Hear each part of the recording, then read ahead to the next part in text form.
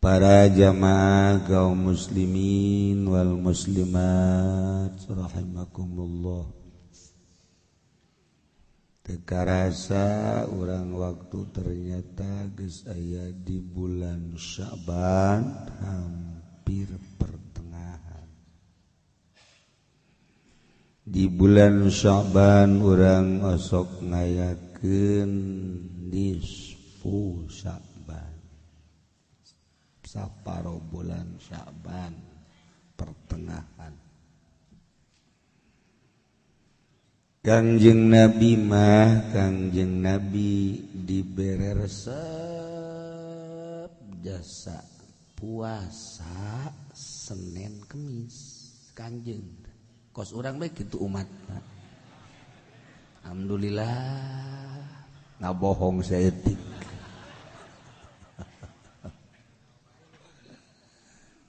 Di luar Senin Kemis ge Kangjeng Nabi marsep puasa. Sering urang ngadenge penceramah di Kifudoli, di kiai-kiai nu sejen, di mana Kangjeng naros ka Siti Aisyah, isuk-isuk aya naon ieu dahareun? Teu aya tuan. Oh itu aya mah puasa. Tanyana ge tanu ngomong kitu henteu kitu. Teu endangan jajablog we biasa.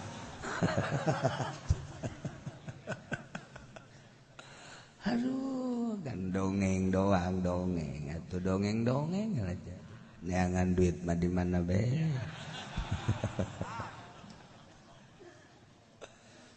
Teu. Kangjeng eta luar biasa. Naroskeun aya naon dinten ieu teu aya puasa.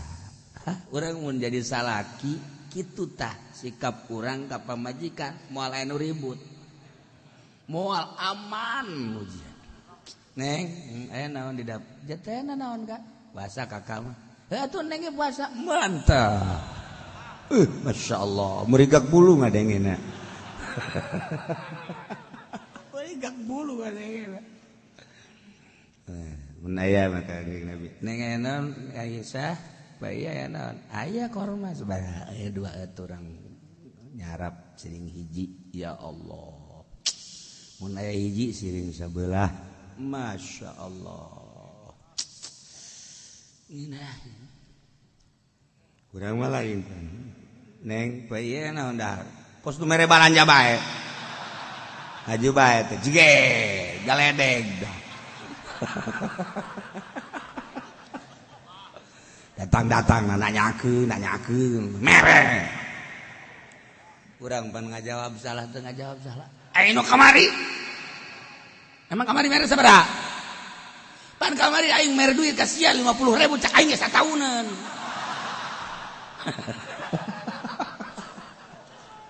Cek pamajikan insyaallah aing mah bisa satauneun ge. Hebat amat sia. Tuh, deuleu tuh. Ngagantung. Naon? Kalender. Satauneun tah. Leg-leg ku sia. Tungtung nama geus moal beres pada eta. Tah. Urang nurutan Kangjeng Nabi bae coba ge. Isuk-isuk urang deuleu ka dapur. Di pantarari isna teh dapur. Nu ngebul-ngebul. Geus teu kudu nanya daripada ribut. Puasa aing lah. Ai siap puasa ge aya anak. Kakak mah puasa neng dia teh aya naon. Atuh teh naon kakak mah puasa aya anak dek dipuasakeun.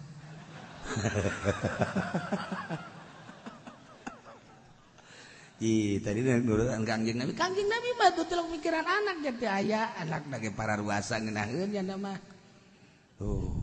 Urang tetep bae tungtung nomor ribut deui. Nah, sikap Kangjeng Nabi luar biasa, Masya Allah. Nyontoan ka urang. Komo lamun kieu mah ye neng tah ieu jadi jang poe 500.000 tapi kakak mah ulah ditawaran dahar puasa. Geus ieu mah jang neng jeung keluarga bae. Geus dalalahar ka dinya 500.000 cukup kan supaya itu isuk mah lain deui, isuk mah lain deui. geunaheun belasan kana hate ya Allah. Bener kakak hebat amat kak ya Allah bere deui 500 bere deui 500 menang saminggu teh kak menang di mana teh duit kongkorong dijual. Udah ribut ka tungtungnakeun suul khotimah. Nah ya Kangjeng mak resep ditaros Kangjeng kok Kangjeng osok puasa Senin emang aya naon cak Kangjeng Senin hari kelahiran kaula betapa bersyukurna kaula dilahirkeun dina poe Senin rasa syukur kaula maka ngalaksanakeun puasa ya Allah bersyukur ka Gusti Allah lahir salamet poe Senin mantap puasa. Nah iyalah kehebatan Kangjeng Nabi urang Kangjeng Nabi Muhammad sallallahu alaihi wasallam tuh Senin puasa. Nomor kaduana Kangjeng osok puasa dina poe Kemis. Ditaros kunaon tuan sok puasa poe Kemis? Oh, poe Kemis eta aya laporan amal mingguan. Jadi saminggu sakali amal urang dilaporkeun ka Gusti Allah poe Kemis cak Kangjeng. Betapa senengna resep mun buku mingguan dilaporkeun ka Gusti Allah kulana keur puasa. Mantap urang ge alhamdulillah. Alhamdulillah, Masya Allah. Poe Kemis teh begitu dilaporkeun aya nu keur di mall. Allah karim di pabrik kene di kantor Gusti Allah doaku tah Senin Kemis dah kaget aya laporan tahunan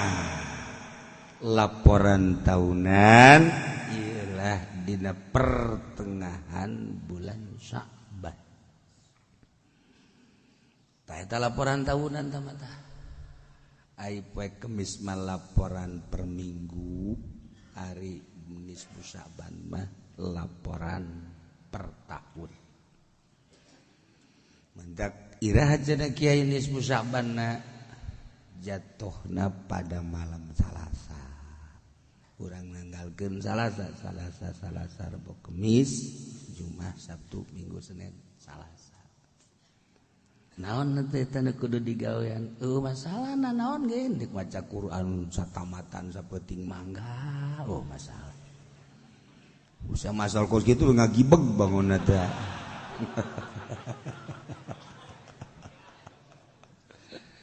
atawa dek zikir tuh 100.000 sapeting ayo masalah sholawat 4.444 Sadake waduh kapilih hiji ge. Waduh kapilih. Dek dilaporkeun ka Gusti Allah kanu bogana, masyaallah. Kuat ka dicoret-coret buku urang.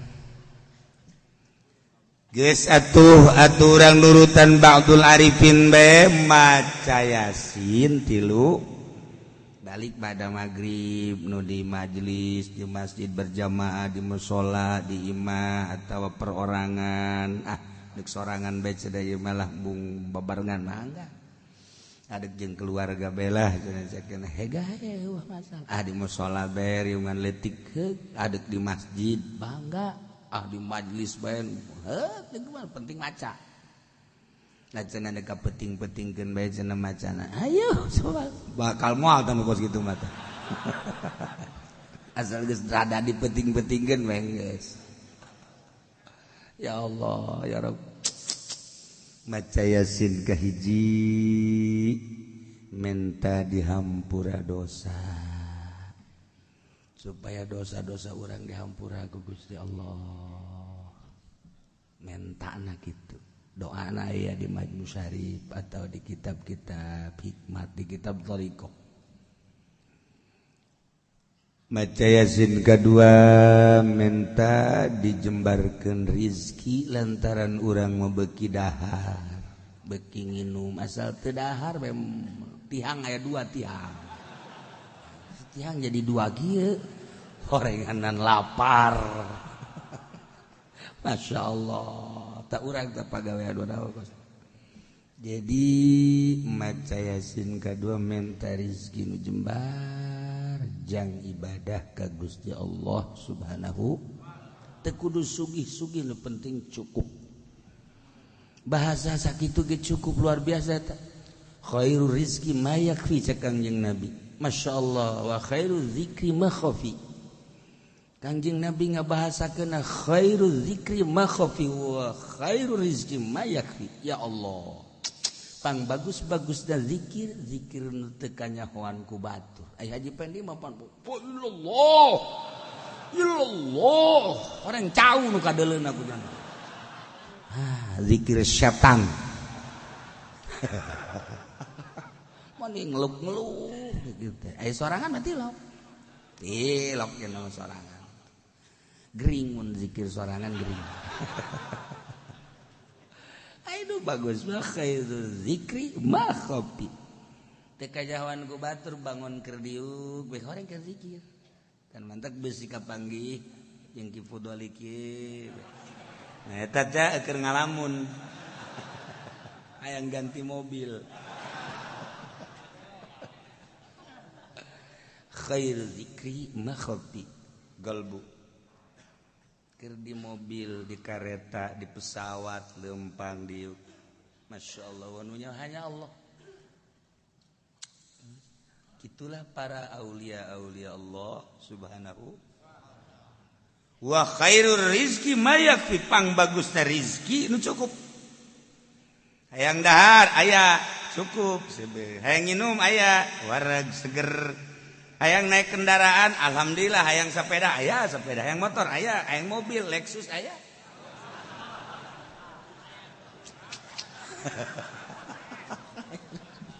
Mayak cukup. Teu kudu loba-loba. Teu kudu. Masya Allah. Hayang sare kamar aya. Hayang tiis aya AC. Kan gitu amat gitulah.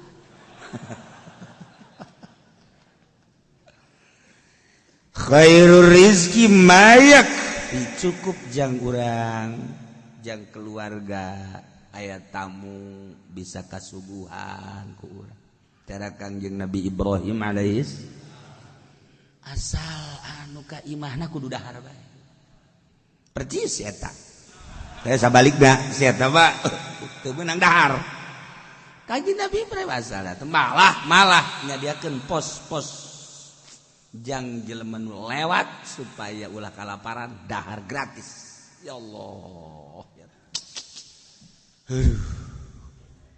Ongkos lurah dek calon gratis dah bupati dek calon gratis geus jaradi muskilah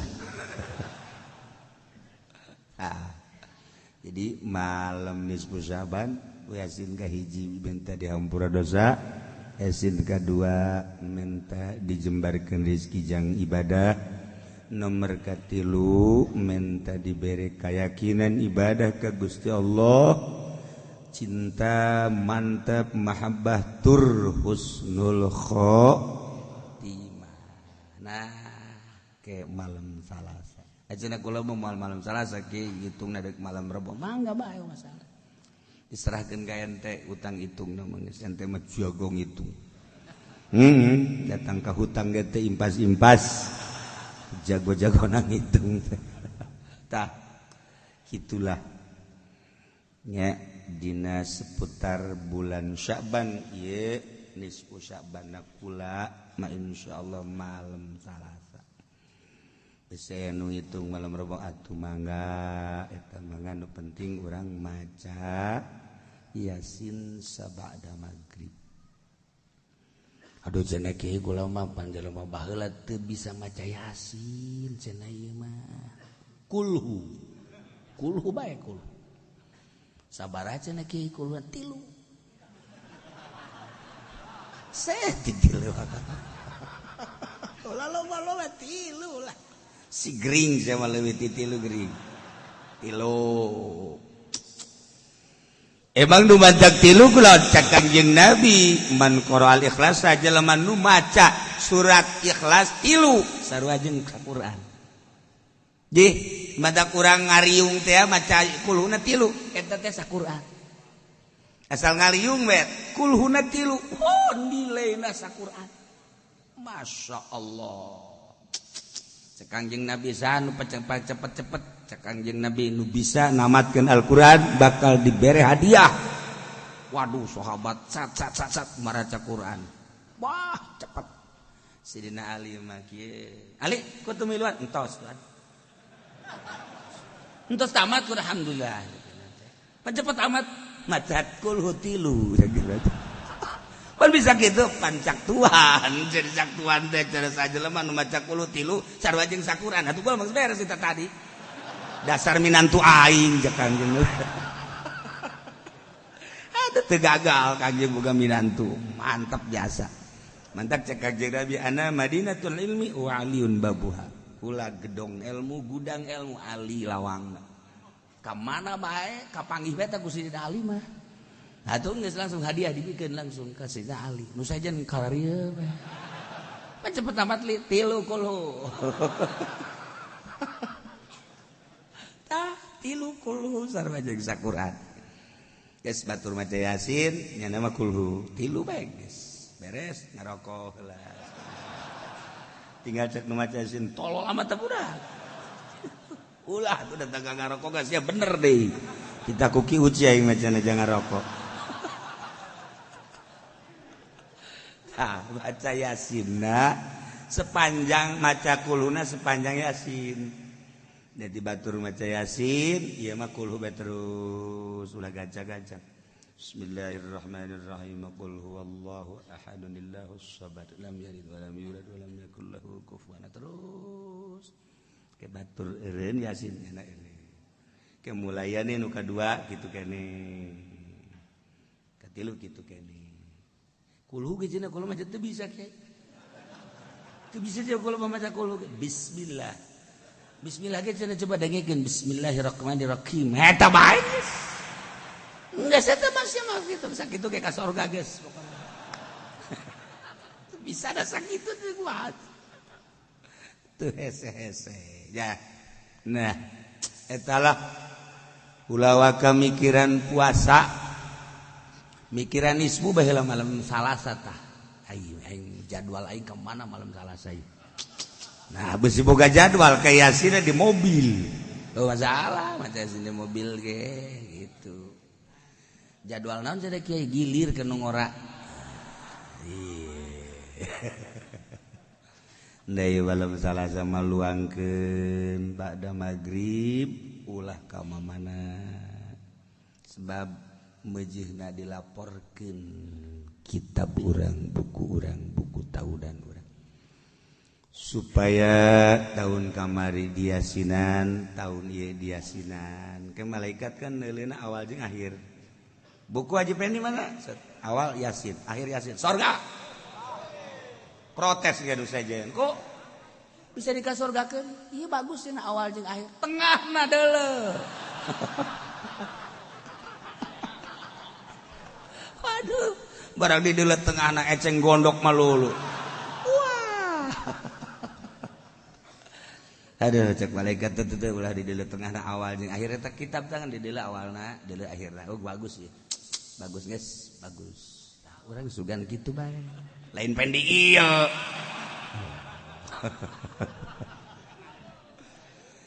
teh nisfu Sya'ban anajan aya nu ngabidah tapi lamun salat maula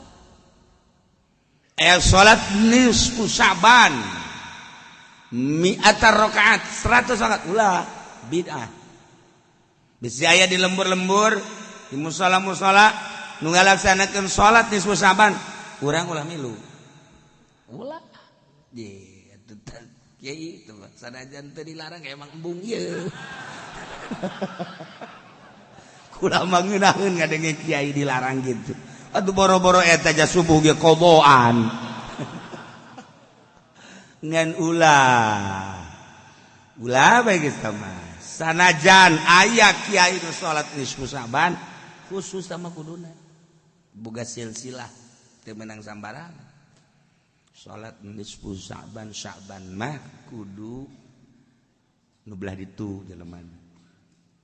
Aya khusus lantaran doa nage khusus lain jang doa sorangan geus serahkeun ka ahlina 100 rakaat baheula di Bandung di Cilember jajangan Sebudin ngayakeun baheula aya deui di Cililin almarhum Kiai teu kudu disebutkeun ngayakeun tapi ku kiai-kiai ieu disinggung-singgung aya ngan atuh geus kitu bae pamake sepuh baheula nu ahli Allah diteruskeun kun biasa ningnang jadi geus besi aya di urang di perumahan di mana urang mah geus bae teu kudu baca Yasin bae urang geus 3 balik cenah kula mah 3 balik bahasa saeutik amat cenah hayang bangsa 15 balik masalah awas Yasin bener sia tah awas kayak ngomong di hareupeun aing doang sih 15